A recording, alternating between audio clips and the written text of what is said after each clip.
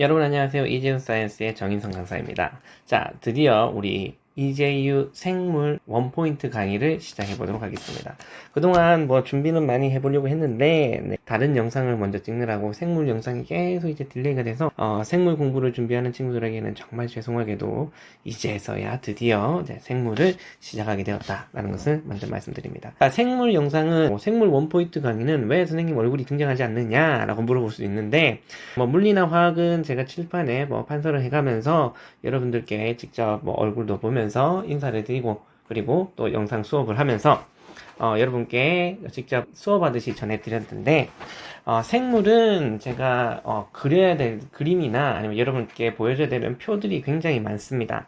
그렇기 때문에 그런 것들을 다 이제 칠판에 다 그려본다 라고 하시면 그림 실력이 그렇게 썩 좋지 않아서 네, 여러분들께 좀 이미지를 띄워서 설명하는 게 훨씬 더 낫지 않을까라는 생각에 이런 식으로 태블릿으로 수업하는 것처럼 이렇게 전달하게 되었습니다. 필요한 이미지나 표들을 다 바로바로 그림으로 불러와서 수업을 하고 여기서 바로 설명할 수 있는 식으로 했으면 좋겠습니다. 선생님 얼굴을 못 봐서 너무 아쉬워하시지 마시고요. 생물 수업의 최적화된 모습을 좀 보여드리기 위해서 이런 식으로 하니까 여러분 좀 많은 양해 부탁드리겠습니다. 자, 일단은 이재유 생물이다라고 하는 것에 대해서 간단하게 설명하고 지나가겠습니다. 자, 이재유 생물은요, 여러분 아시다시피 이재유 물리, 화학, 생물 이렇게 세 과목 중에 두 과목을 선택해야 돼요. 근데 보통 학생들은 이제 공대나 아니면 자연계 쪽을 선택하는 친구들은 물리 플러스 화학을 선택하는 친구들이 많습니다. 요게 제일 일반적이죠.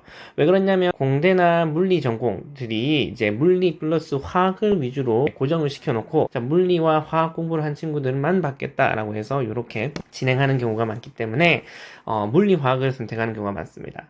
이와 반대로 의학 계열이나 아니면 생물 전공 아니면 생명공학 전공 이쪽은 화학 플러스 생물 이렇게 선택하는 경우가 많죠.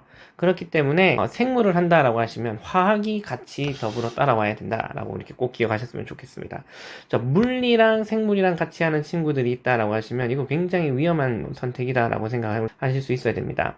자, 이렇게 세 가지 패턴 중에 있는데 제일 베스트는 이제 물리화학 아니면 화학생물이겠죠. 물리생물이다라고 하는 것은 여러분 일단은 물리와 생물은 공부하는 과정이 굉장히 다릅니다. 그래서 물리는 수학 계산식이 많고 공식으로서 유도를 해내야 되는 이런 과정들이 많기 때문에 약간 수학적 개념이 좀 뛰어난 친구들이 잘 좋은 점수를 받을 수 있다라고 하시면 생물은 처음부터 끝까지 다 암기예요. 그렇기 때문에 공부하는 방식이 굉장히 다릅니다. 그리고 물리화학 같은 경우에는 이제 연력학 쪽이 이제 조금 공부하는 게 겹치죠.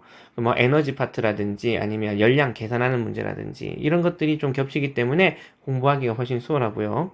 화학생물 같은 경우에는 화학의 고분자의 단백질, 탄수화물이라든지 DNA, RNA 이런 부분에 대해서 굉장히 많이 겹쳐 있는 부분이 있기 때문에 그 부분에서는 화학생물하는 친구들이 굉장히 좋은 결과를 만들 수가 있겠죠. 하지만 물리와 생물은 전혀 접점이 없습니다. 그렇기 때문에 물리 공부, 생물 공부 완벽하게 따로 공부하셔야 되고요. 또 생물을 선택한다라고 하시면 물리를 선택하는 게 굉장히 최악수가 될 수가 있습니다. 일단은 방금 말했던 것처럼 생물 공부와 물리 공부의 접점이 거의 없고 그리고 공부하는 방식이 다르다라는 점도 있지만 여러분들이 공부를 할때 생물을 위주로 공부를 했는데 물리를 선택했다라고 하시면 물리가 이제 시험 칠 때 굉장히 많은 시간을 잡아먹죠. 그래서 일단은 이재유 이과 같은 경우에는 80분에 두 과목을 봐야 되는데 생물은 빨리 푸는 친구들은 15분 만에 푸는 친구들도 봤어요. 15분 만에 풀고 그 다음 과목에 시험을 치는 것을 봤는데 화학이겠죠 보통은. 그래서 생물 15분 보고 나머지 65분을 화학에 투자를 해서 화학을 좀 더 꼼꼼하게 볼 수 있다라는 친구들도 있고요. 아니면 시간의 여유가 있어서 생물을 계속 이제 검토를 해보면서 보기 때문에 생물 문제 같은 경우에는 거의 틀릴 게 없었죠. 그래서 고득점이 가능합니다. 하지만 물리 같은 경우는요, 화학이라는 선택권이 있는데도 불구하고 물리를 선택했다라고 하시면, 물리가 얘가 문제 푸는데 굉장히 많은 시간이 걸립니다. 그래서 생물을 다시 볼 여유도 절 부족하시고요. 물리 시험지와 생물 시험지 사이에 화학 시험지가 끼어 있어서 왔다 갔다 하는 것도 조금 번거롭습니다. 그렇기 때문에 아주 사소한 거지만 이런 불편함들이 있기 때문에 물리와 생물을 선택하는 것은 정말로 비추천한다. 라는 것을 꼭 말씀드립니다. 그래서 혹시 생물을 선택한다라고 하시면 우리 화학 플러스 생물을 꼭 선택하는 걸로 추천을 드립니다. 자, 그럼 이제유 생물을 시작하기 전에 여러분이 꼭 알아야 되는 거 몇 가지 이제 말씀을 드리면요. 자, 첫 번째로는 단원 간의 연관성이 없다라는 겁니다. 자, 예를 들어서 물리 같은 경우에는 물리 역학을 알고 연력학을 배워야 좀 이해가 좀 쉽죠. 그리고 뭐 그 다음에 전자기를 배운다 하더라도 역학이라든지 앞에서 배웠던 뭐 파동이라든지 이런 것들에 좀 이해가 있어야지 전자기에 대한 이해도 조금 깊어질 수 있습니다. 하지만 생물 같은 경우에는 첫 번째, 두 번째, 세 번째 단원들이 다 별개의 단원이다라고 생각하셔도 무방할 정도로, 자, 앞에 단원을 모른다고 해도 뒤에 단원에 대한 이해가 그렇게 어렵진 않습니다. 어차피 다 암기 과목이기 때문에 여기에 나오는 개념들을 각각 이해할 수 있기 때문에 앞에 단원을 알아야지만 뒤에 단원을 알아야 된다, 이런 것도 없습니다. 그래서 우리 한국에서도 생명 1 단원과 생명 2 단원에서 단원 연계성이 그렇게 크게 없죠. 앞에서 배웠던 걸 그대로 뒤에서 배우는 경우는 세포 정도밖에 없을 겁니다. 그래서 뭐 앞에서 잘 이해가 안 됐다 하더라도 뒤에서 뭐 생명 2를 공부할 때 다시 이해를 해보시면 충분히 이해가 될 거죠. 뭐 수학같이 수1을 안 배웠는데 수2를 배운다거나, 아니면 화학에서 이론화학을 배우지 않았는데 무기, 유기를 배운다라고 하시면 여러분들 공부하기 매우 어려울 겁니다. 그런 것처럼 생명은 단원 연관성이 그렇게 크게 없기 때문에 어느 파트부터 시작하셔도 여러분들이 크게 어렵지 않게 공부하실 수 있다라는 특징이 있습니다. 자, 두 번째로는요. 이제유 생물 공부할 때는 여러분들 단어 공부를 매우 열심히 하셔야 됩니다. 왜냐하면 안 그래도 어려운 생물 단어들인데 한자와 한국 용어와 다른 이런 용어들을 쓰기 때문에, 그래서 여러분들이 단어 공부를 굉장히 많이 하셔야 됩니다. 특히 한자를 정확하게 알고 계셔야지 여러분들이 이 단어가 어떤 걸 의미하는지 정확하게 알 수가 있겠죠. 그래서 뭐 조금이라도 잘못 보고 들어간다라고 하시면 여러분들 큰 오해가 생길 수 있습니다. 그렇기 때문에 단어 공부 열심히 하셔야 되고 한자 공부 굉장히 열심히 보셔야 됩니다. 그리고 시험에서는 여러분들이 듣도 보도 못한 단어들이 나올 수가 있습니다. 예를 들어서 세균의 이름이라든지 아니면 몇몇 동물들의 이름이라든지 이런 것들이 나오기 때문에 여러분들이 그냥 단순히 일본어 공부를 잘한다고 해서 알 수 있었던 그런 단어들이 아니라 생물책에서 나오는 단어들을 특히 더 알고 계셔야 되고요. 거기다가 일반적인 상식으로 아는 그런 동물들의 이름들, 꽃들의 이름도 여러분들이 알고 계셔야 시험 풀 때 그렇게 큰 부담감이 없을 겁니다. 이 동물들의 이름, 꽃들의 이름을 모른다고 하더라도 문제 푸는 데는 전혀 지장이 없어요. 하지만 이 단어들을 모르면 문장을 읽을 때 이게 뭐지? 라고 하는 생각 때문에 여러분들 머릿속이 계속 복잡할 겁니다. 그래서 문제 풀 때 뻔히 알 수 있는 그런 문제들도 단어 하나를 몰라서 여러분들이 어려워한다거나 시간을 더 쓴다거나 이렇게 할 수 있기 때문에 단어들에 대한 여러분들의 이해가 충분히 많아야 여러분들이 쉽게 문제를 풀 수 있다라는 거 알려드립니다. 세 번째로는 넓지만 얕은 공부다라고 생각을 해볼 수가 있습니다.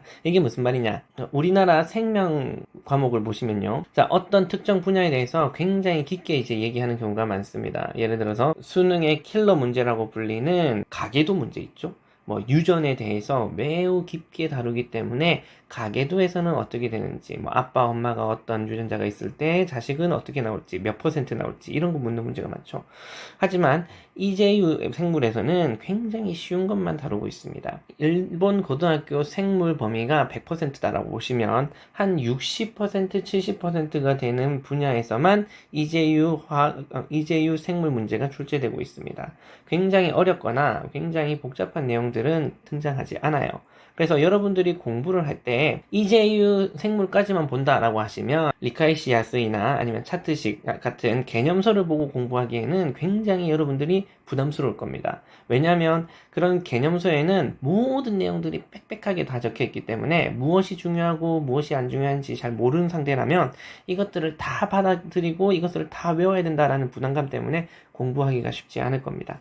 그렇기 때문에 이제유 생물은 충분히 분석된 전문 선생님께 배우는 것을 강력하게 추천을 드리고요. 그리고 이제유 생물을 일단은 가르칠 수 있는 선생님도 잘 없겠지만 가르쳐 줄 수 있는 선생님들을 꼭 찾으셔서 공부하셔야 빠르고 정확하게 공부하실 수 있다는 거 말씀드립니다. 생물뿐만 아니라 대학 본고사까지 준비한다라고 하시면 그리고 일본 교육과정에 있는 100%를 다 보셔야 되기 때문에 깊은 공부가 더 필요하다라는 것을 말씀드리지만 대체적으로 이제유 생물에 나오는 단원들이 한국 생물 교육과정에 비해서는 굉장히 넓습니다. 한국 과학교육 과정에 없는 단원들도 많이 등장해요. 예를 들어서 식물 호르몬이라든지 아니면 식물의 발생이라든지 자 이런 것도 등장하기 때문에 한국 교과서만으로는 부족하다. 즉 한국에서 생명 1, 2를 했다 하더라도 EJU 교육과정을 다 커버하기에는 어렵습니다. 그렇기 때문에 여러분들은 확실하게 공부하기 위해서 일본 교육과정을 얼른 접해야 되겠죠. 그래서 독학하는 친구들에게는 굉장히 미안하지만 독학이 굉장히 어려운 과목이 바로 이 이재유 생물이 아닐까 생각합니다. 그래서 얕게만 공부하면 되는데 여러분들 너무 깊게 공부한다거나 그죠? 아니면 넓게 공부해야 되는데 여러분들이 특정 분야만 집중적으로 공부한다거나 이러면 방향성이 틀리기 때문에 전문 선생님을 찾거나 아니면 이재유 수업을 꼭 들어보는 것을 추천드립니다. 자, 네 번째는 부족한 학습 자료예요. 자, 이게 뭐 여러분도 많이 공감하시겠지만 이재유 물리나 이재유 화학 같은 경우에는 물리에서는 에센스라든지 뭐 화학에서는 두 시리즈 같은 이런 딱 대표적인 고등학교 수험서가 있어요. 하지만 생물은 고등학교 수험서를 본다는 친구들은 잘 없습니다. 왜 그러냐면 앞에서 말씀드렸듯이 이재유에 나오는 범위가 굉장히 얕고 넓기 때문에 어떤 게 중요한지 잘 모르는 친구들도 많고요. 그리고 또 일본 센터 시험, 뭐 공통 테스트로 바뀌었죠. 공통 테스트에 나오는 문제 유형과도 많이 다르기 때문에 이재유 생물 공부를 하기 위해서는 이재유 생물 공부를 하는데 필요한 교과서가 그렇게 뭐 많지 않습니다. 그렇기 때문에 여러분들 공부하려고 막상 준비하려고 하다 보면 뭘로 공부해야 되는지 모르는 경우가 너무 많아요. 그래서 학원을 다니고 있다면 학원에서 주는 자료를 좀 충실하게 보시는 걸 좀 추천을 드리고요. 뭐 그게 없다라고 하시면 선생님이 원포인트 강의를 조금씩 올려볼 테니까 요거라도 조금 참고해 주셔서 어떤 게 중요한지 여러분 꼭 알아두셨으면 좋겠습니다. 다섯 번째는 과거문의 재등장이라고 이름 붙였는데 말 그대로 이재유 기출문제가 다시 출제되는 경우가 많습니다. 뭐 비슷한 정도가 아니라 완전히 똑같은 문제가 출제가 되는 경우가 많아요. 당연히 문제 답안이라든지 아니면 약간의 보기의 수정은 있겠지만 내용 자체가 완전히 똑같고 그리고 물어보는 그 포인트 자체도 완전히 똑같은 문제가 있습니다. 그렇기 때문에 여러분들 과거문들만 충분히 달달달 외워서 공부할 수 있다면 이것만 다 이해할 수 있다면 여러분들 이재유 생물 고득점은 그렇게 어렵지는 않다라는 것을 꼭 말씀드립니다. 그렇기 때문에 이재유 생물 공부할 때는 기출문제의 완독은 무조건 필수고요.